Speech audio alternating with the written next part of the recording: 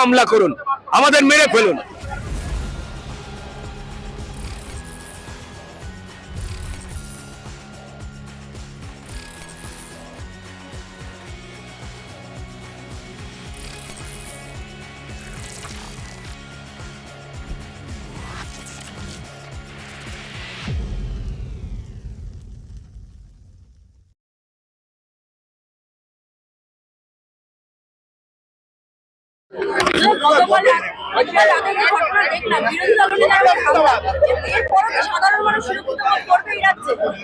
দেখুন, বিরোধী দলনেতার উপরে পরিকল্পিত যে হামলা তা স্পষ্ট করে দেয় যে বিজেপির যে আন্দোলন, সাধারণ মানুষের প্রতি হওয়া যে অন্যায়, সেই অন্যায়ের যারাই কণ্ঠস্বর হয়ে উঠছে তীব্রভাবে, তাদেরকে দমন করতে চাইছে এবং বকারন্তরে তাদের দমন করতে পারলে মানুষ বোধহয় ভয় পেয়ে যাবে।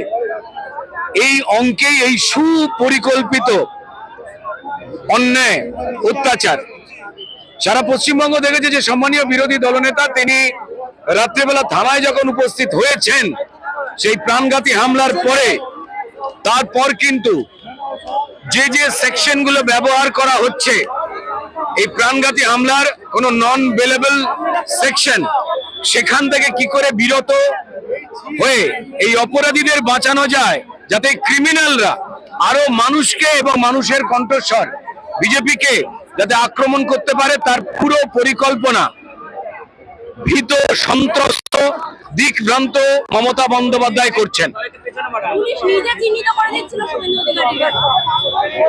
দেখুন, এত নতুন কোনো কিছু নয়। মমতা বন্দ্যোপাধ্যায় পরিচালনায় চলা পুলিশ এবং ক্রিমিনাল তারাই তো যৌথ উদ্যোগে মানুষের কণ্ঠস্বর ভারতীয় জনতা পার্টির যারা কার্যকর্তা, যারা নেতৃত্ব, তাদের থামাবার চেষ্টা করছেন। শুভেন্দু অধিকারীর যে লড়াই, যে সংগ্রাম, প্রত্যেক মুহূর্তে মাঠে থাকা ভারতীয় জনতা পার্টির লোকাল স্তর থেকে রাজ্য স্তরের যারা নেতৃত্ব, তাদের প্রত্যেক মুহূর্তে প্রাণ, জীবন, জীবিকা বিপন্ন করে মানুষের জন্য রাস্তায় থাকা তৃণমূলকে চিন্তায় ফেলে দিয়েছে, ভয়ে ফেলে দিয়েছে। 26-এর পালা বদলের যে সুর বিজেপির ওপর ভরসা করে পশ্চিমবঙ্গের মানুষ হৃদয় গেঁথে নিচ্ছেন, তাতে আতঙ্কিত হয়ে আক্রমণাত্মক হয়ে উঠবার সম্পূর্ণ পরিকল্পনা নেমেছে এই চোর তৃণমূল সরকার।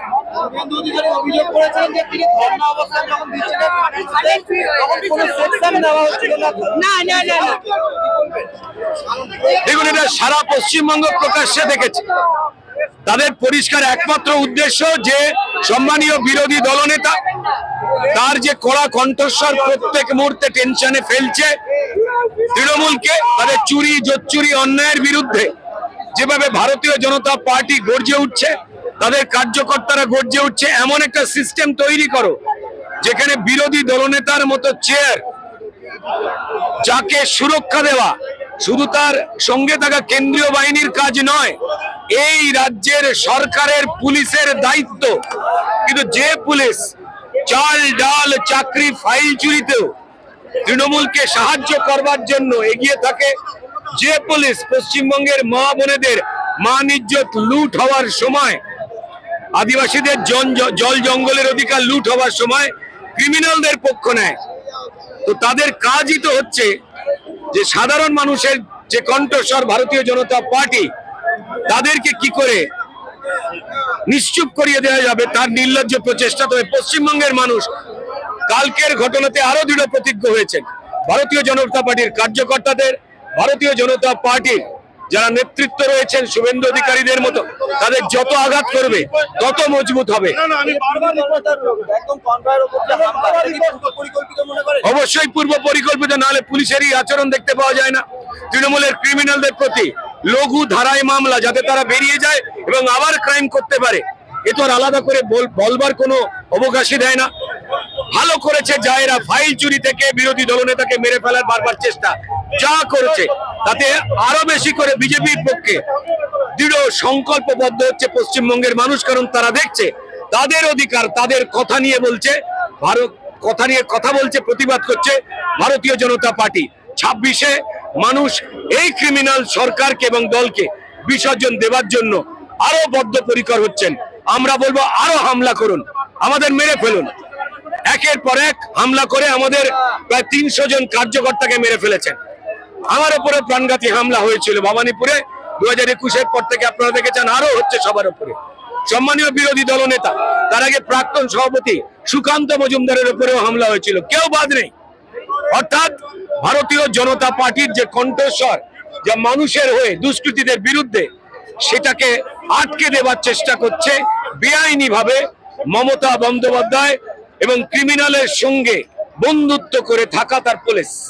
পুলিশের তো কাজ যখন নিরাপত্তা, যখন বিরোধী দলনেতা যাবেন, ট্রাফিকটা সামলানো তো রাজ্য পুলিশের কাজ। সেক্ষেত্রে রাস্তার উপর যখন এইরকম বিশৃঙ্খল পরিস্থিতি হচ্ছে, তার দায় কার? দেখুন, শুধুমাত্র ট্রাফিক নয়, সম্মানীয় বিরোধী দলনেতার যাবতীয় নিরাপত্তার দায় এবং দায়িত্ব রাজ্য পুলিশেরও বটে।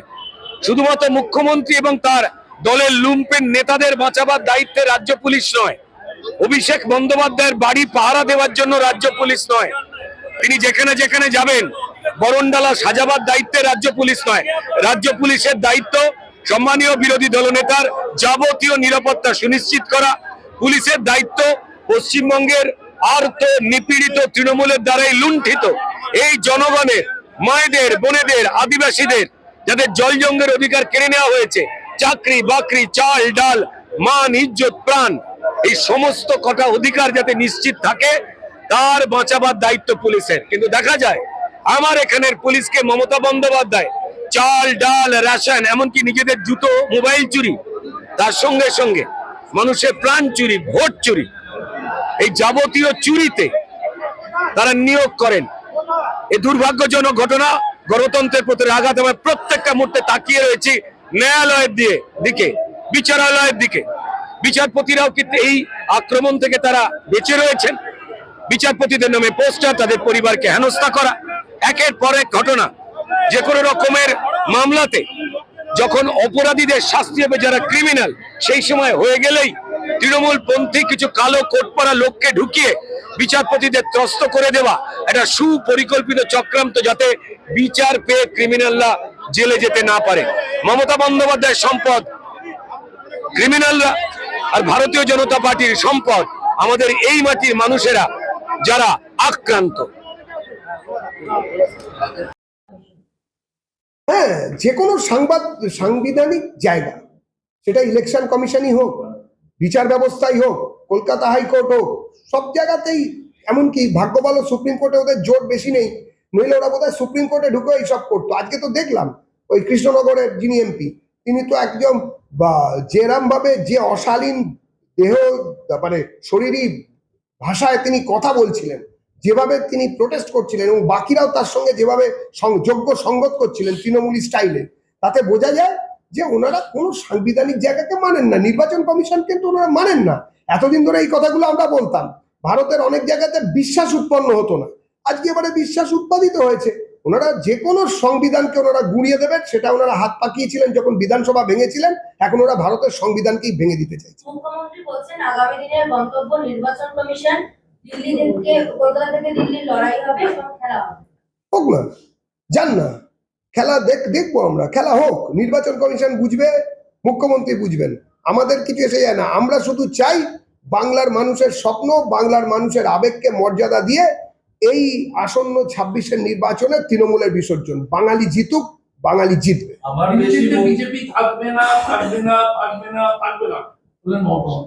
5 দিন সময় দিয়েছিলেন মোদি বাবু, 5 দিন না, 3 দিন, 3 দিন সময় দিলাম, নোট ফিরিয়ে নাও। দেখা গেল সেই নোট দিয়ে মমতা ব্যানার্জি মিষ্টি কিনছেন এখন। তো উনি যখন বলেছেন, তার মানে থাকবে, থাকবে, থাকবে, উনি যান। আমার মুখ বেশি খোলাবেন না, দেশ জুড়ে হইচই পড়ে যাবে। আমার কাছে পেন ড্রাইভে সব রাখা আছে। আরে বাবা, সেই পেন ড্রাইভটা জমা দিয়ে দিন। আরে হ্যাঁ, সবকে পাস, ছুপা কে রাখতা হ্যায়, দিখাতা কোই নেই, এরকম করছেন কেন? দেখিয়ে দিন চটপট। আজ এই তো এই প্রেস কনফারেন্স শেষের পরেই আমরা দেখতে পাবো, আপনাদের চ্যানেলের মাধ্যমে বিভিন্ন সংবাদপত্রে আমরা দেখতে পাবো, লুকিয়ে রাখা পেন ড্রাইভের মুখ খুলে দিলেন মুখ্যমন্ত্রী, তৃণমূলের যিনি রাজ্যের নেত্রী, সর্বাধিনায়িকা মমতা বন্দ্যোপাধ্যায়। এই এই এই এই এই সব পেন ড্রাইভ থেকে বেরোচ্ছে। বার করছেন না কবে? কেন? আর কবে? আর কবে? আর কবে বেরোবে সব জিনিস? নরেন্দ্র মোদী যখন পিএম হয়, আইপ্যাক কাজ করেছে, চন্দ্রবাবু ইমতিচের হয়ে কাজ করেছে, প্রশান্ত যখন পার্টি করলো তখন প্রতীক ব্যাপারটা দেখতে আর শুরু করলো। আগে খেতে পেত না, এক বুকটা বিড়ি 3 বার টানতো, এখন নিরাপত্তা রক্ষী নিয়ে করে। খুব অন্যায় কথা। প্রধানমন্ত্রী তো আইপ্যাক নির্বাচনের সময়, নরেন্দ্র মোদীর নির্বাচনের সময় আইপ্যাক কাজ করেছেন, বাকিরাও কাজ করেছেন, কিন্তু বলতে পারবেন প্রধানমন্ত্রী নির্বাচনের সময় আইপ্যাক কয়লা চুরি করে সেই টাকা মানি লন্ডারিং করেছে, শাকম্বরী গ্রুপ, এইসব নামকরণ কেউ শুনেছে? যদি এসব থাকে, মমতা যদি এত কিছু জানা থাকে, মমতা দেবী মামলা করুন। আমরা তো আবারও বলছি, মামলা করুন, সরাসরি পেন ড্রাইভে লুকিয়ে রাখবেন না। হ্যাঁ সবকে পাস, ছুপা কে রাখতা হ্যায়, দিখাতা কই নেই, এসা করবেন না, সরাসরি দেখিয়ে দিন। এত লুকোনোর কি আছে? আরে এত লুকোনোর কি আছে? গোপনও কথাটি রবে না, গোপনে গোপনে এসব গান গাইছেন কেন? গোপনও কথাটি সরাসরি গোপনে আর রবে না, সামনে আনুন। এই তো বলছি, আবার চ্যালেঞ্জ করছি এই প্রেস মিট থেকে, এই সাংবাদিক সম্মেলন থেকে আবার বিজেপির রাজ্য অফিস থেকে চ্যালেঞ্জ করছি, এরকম যদি কোনো পেন ড্রাইভ থাকে, কোনো হার্ড ড্রাইভ থাকে, কোনো কাগজ থাকে, কোনো কিছু থাকে, তাহলে ওই 2022-এর ফেব্রুয়ারির ফাইল দেখিয়ে 2026-এর কি প্রার্থী তালিকা ওইসব বলবেন না, কিন্তু বাকি যদি সত্যি থাকে তাড়াতাড়ি বার করুন, 24 ঘন্টার মধ্যে বার করুন, দেখি কত হিম্মত আছে। মুখ্যমন্ত্রী এর আগেও একাধিকবার বিগত যমুনার বেশ কিছু ফাইলের কথা উল্লেখ করেছিলেন, সেই ফাইলগুলো এখনো দেখতে পাওয়া যায়নি। আবার নতুন করে পেন ড্রাইভের কথাও বলছেন। আরে আমরা শুধু পেন ড্রাইভ নয়, মুখ্যমন্ত্রীর বলা সেই ফাইল নয়, আরো একটা কাগজপত্রের খোঁজ করছি, কিছু কাগজের খোঁজও পেয়েছি, যেটা কিনা উনি টেবিল করতে না পেরে, উনি যখন বিরোধী নেত্রী ছিলেন এই বাংলা, টেবিল করতে না পেরে ডেপুটি স্পিকারের মুখের উপরে 2005 সালের আগস্ট মাসে ছুঁড়ে ফেলে দিয়ে এসেছিলেন। আমরা সেই ফাইলে তাদের নাম ছিল সেই কাগজগুলোতে, তাদেরকে কেন বাঁচানোর জন্য এখন মুখ্যমন্ত্রী এসআইআর হতে দেবেন না বলে গো তুলছেন, সবই আমরা দেখতে চাইছি। ওই কাগজ আমাদের কাছে আছে, দরকারে আমরা বার করব, কিন্তু আগে উনি সেসব ফাইল টাইলের কথা বলছেন, সেসব বার করুন। বাংলার মানুষ এখন আগ্রহী যে কোন ফাইল মমতা দেবীর কাছে আছে, কোন ফাইল ওরা বার করবে। বর্ডার দেখে কি আগে 5 কিলোমিটার ছিল, এখন তোমরা 50 কিলোমিটার দেখো, বলে আরো জমি দাও। কাজ তো করনি। বিআইএসএফ বর্ডার দেখে, বিএসএফ বর্ডার দেখে, কয়লা কার দায়িত্বে, সিআইএসএফ পাসপোর্ট শুল্ক কার দায়িত্বে, সব তো কেন্দ্রের হাতে বাবা। 10 বছর ধরে বাইরে থেকে কে এলো কে না এলো জানাই না পর্যন্ত। কি অন্যায় কথা! তাহলে বাঁচাতে যাচ্ছেন কেন? ভোরবেলা সব থেকে পারদ যখন নিচে এই পশ্চিমবঙ্গে, সবাই বলছে কাঁপতে কাঁপতে গঙ্গাসাগরে লোকেরা যেতে পারছে না, এত কষ্ট হচ্ছে, সেই রকম পরিস্থিতিতে মুখ্যমন্ত্রী একটা সাধারণ সোয়েটার পরে দৌড়ে ঢুকে পড়লেন, দৌড়ে গিয়ে হাঁপাতে হাঁপাতে সরে যাও করে, সে বিভৎস দৃশ্য। সেই রকম ভাবে গিয়ে কোনো রকমের একটা ল্যাপটপ আর একটা ফাইলকে হাতে নিয়ে দৌড়ে বেরিয়ে আসছেন, তারপরে আরো সব বস্তায় বস্তায় ট্রাঙ্কে অন্য জায়গা থেকে মালপত্র তুলছেন। সত্যিই তো এসব কেন্দ্রের ব্যাপার। উনি ঢুকে পড়েছিলেন কেন? উনি ঢুকে পড়ে কি বাঁচালেন? তার মানে বোঝাই গেল যে এতদিন কেন্দ্রের নামে দোষ দিয়ে, এই যে বর্ডার 50 কিলোমিটার বিএসএফ এর হাতে এক্ষুনি এসেছে, এইসব যে কথাবার্তা বলছেন, আচ্ছা একটাই প্রশ্ন, এই বিএসএফ বর্ডার 50 কিলোমিটার সিআইএসএফ এইসব কথার জন্য কি আইপ্যাককে বাঁচানো যায়? এটা কি কোনো যুক্তি হতে পারে? অমিত শাহকে আবার ব্যক্তিগত আক্রমণ করে তিনি আজকে অমর্ত্য সেন প্রশ্নে অমিত শাহকে আক্রমণ করে বলছেন, অমর্ত্য সেনকে প্রশ্ন করছে বাবা মায়ের বয়সের পার্থক্য এত কম কেন? ওরে গর্দবের দল, 90 বছর আগে সব হোম ডেলিভারি হতো, আমরা হোম ডেলিভার, তুমি কোন deliver? CBI ED delivery boy তোমরা। তোমার ছেলে ইন্টারন্যাশনাল প্রেসিডেন্ট, ব্লক প্রেসিডেন্ট হওয়ার যোগ্যতা নেই, ওয়াশিং মেশিন ভ্যানিচিং মেশিন কোথাকার। এইসব কথাবার্তার উত্তর দিতে পারবো না। যিনি কিনা একাডেমি পুরস্কার পান, এই রাজ্যের সংবেদনশীল সুজন সমাজ যাকে প্রমোট করেন, তার বিখ্যাত কবিতা আমার হৃদয়ের গাধা তোমার হৃদয়ের ল্যাম্পপোস্টে নারকেল দড়ি দিয়ে বাঁধা, এই ধরনের কাব্যের জন্য যিনি একাডেমি পান, সেই রাজ্যে বসে থেকে ওনার বিরুদ্ধে এর থেকে বেশি কিছু আমাদের বলার নেই। ওনার ভাষা প্রয়োগ এই মুহূর্তে দেখুন, একটা ব্যাপার আপনারা বুঝতে পারছেন না, একটুখানি করুণা দয়া মায়া আপনাদের কি সাংবাদিকদের নেই? দেখছেন একটা দুর্নীতি রাস্তায় নেমে পড়ছে, পারিবারিক দুর্নীতি রাস্তায় বেরিয়ে যেতে পারে, সেটাকে আটকানোর জন্য নিজের সমস্ত কিছু বিসর্জন দিয়ে একটা লোক আপ্রাণ চেষ্টা করছে একটা ফাইল আঁকড়ে ধরে বাঁচার, একটা ল্যাপটপ আঁকড়ে ধরে বাঁচার, প্রশাসনকে ব্যবহার করছেন, বিচারকের ঘরেতে মন্ত্রীকে ঢুকিয়ে দিচ্ছেন, আইন মন্ত্রীকে গিয়ে হইচই করো যাতে কিনা বিচারটা না হতে পারে ঠিকঠাক। তারপরে দাঁড়িয়ে এত কিছুর পরেও একটা লোকের সম্বন্ধে এইসব প্রশ্নের রিয়াকশন চাইছেন আবার বিরোধী দল বিজেপির কাছ থেকে। না না, এগুলো ঠিক নয়। আপনারা একটু ধৈর্য ধরুন, সব সামনে আসবে। এত ভীতু হয়ে গেছেন আপনারা যে অভিষেক ঠাকুরনগরে গেল বলে 4 কোম্পানি প্যারামিলিটারি নামিয়ে দিতে হলো এই, মমতা বন্দ্যোপাধ্যায়। উমা, অভিষেক বাবু যদি এখান থেকে বলে নাকি যদি টয়লেটও করতে যান শান্তিনিকেতন থেকে কালীঘাট, নাকি সারা রাস্তায় সিভিক পুলিশ, পুলিশ, তারপরে স্পেশাল ফোর্স, কমব্যাট ফোর্স, এসব করে নাকি 2000 লোক দাঁড়িয়ে থাকে। তাহলে ভাবুন, কলকাতা থেকে ঠাকুরনগর যাচ্ছে, তো সেখানে কি ব্যবস্থা হচ্ছে, কে প্যারামিলিটারি কে মিলিটারি সেসব দেখছেন। ভাবুন না, এখান থেকে যেখানে অভিষেক বাবু যেখানে গেছেন, আমি জানি না অন্য কোনো পার্থবাবুর জন্য তো এসব দেখিনি, বা অন্য কোনো বাবুর জন্য দেখিনি, একমাত্র অভিষেক তৃণমূলের, যাকে বাঁচানোর জন্য যেদিন তিনি যেখান থেকে যান, তিনি তার ডায়মন্ড হারবার লোকসভায় নয়, তিনি যখন কোচবিহারে যান তখন মালদা থেকে পুলিশ সারা রাস্তায় দাঁড়িয়ে থাকে, যান ওপর দিয়ে আকাশ পথে, কিন্তু পুলিশ রাস্তায় দাঁড়িয়ে থাকে এবং পুরো ডিউটি নিয়ে দাঁড়িয়ে থাকে সরকারি পয়সায়, সরকারি মানে জনগণের ট্যাক্সের পয়সায়। তাহলে ওনারাই তো ভয় পান, আর একটু বেশি প্রোটেকশন পেলে ক্ষতি কি? আগামী দিনে ফাটাফাটি খেলা হবে, গীতবিতানের খেলা হবে, গীতাঞ্জলির খেলা হবে। তোমাদের জন্য কাঁদবে মেলা, বিদায় আসন্ন, বিদায় ঘন্টা বাজছে, পাড়ায় পাড়ায় মৃত্যু। কথাঞ্জলির খেলা হবে না, আবার গীতাঞ্জলি? তো রবীন্দ্রনাথ এবারে এবারে কি যে আছে কে জানে, ফাটাফাটি খেলা, কিন্তু এবার কথাঞ্জলির খেলা হবে। গীতাঞ্জলির উল্টো দিকেও কিছু দাঁড় করিয়েছেন কথাঞ্জলি, গীতবিতানের উল্টো দিকে আবার কিছু দাঁড় করিয়েছেন, এখন ফাটাফাটি হবে, দেখি কত কে কাকে ফাটায়। কিন্তু মুশকিল হচ্ছে কপাল ফেটেছে, এটা বোঝা যাচ্ছে।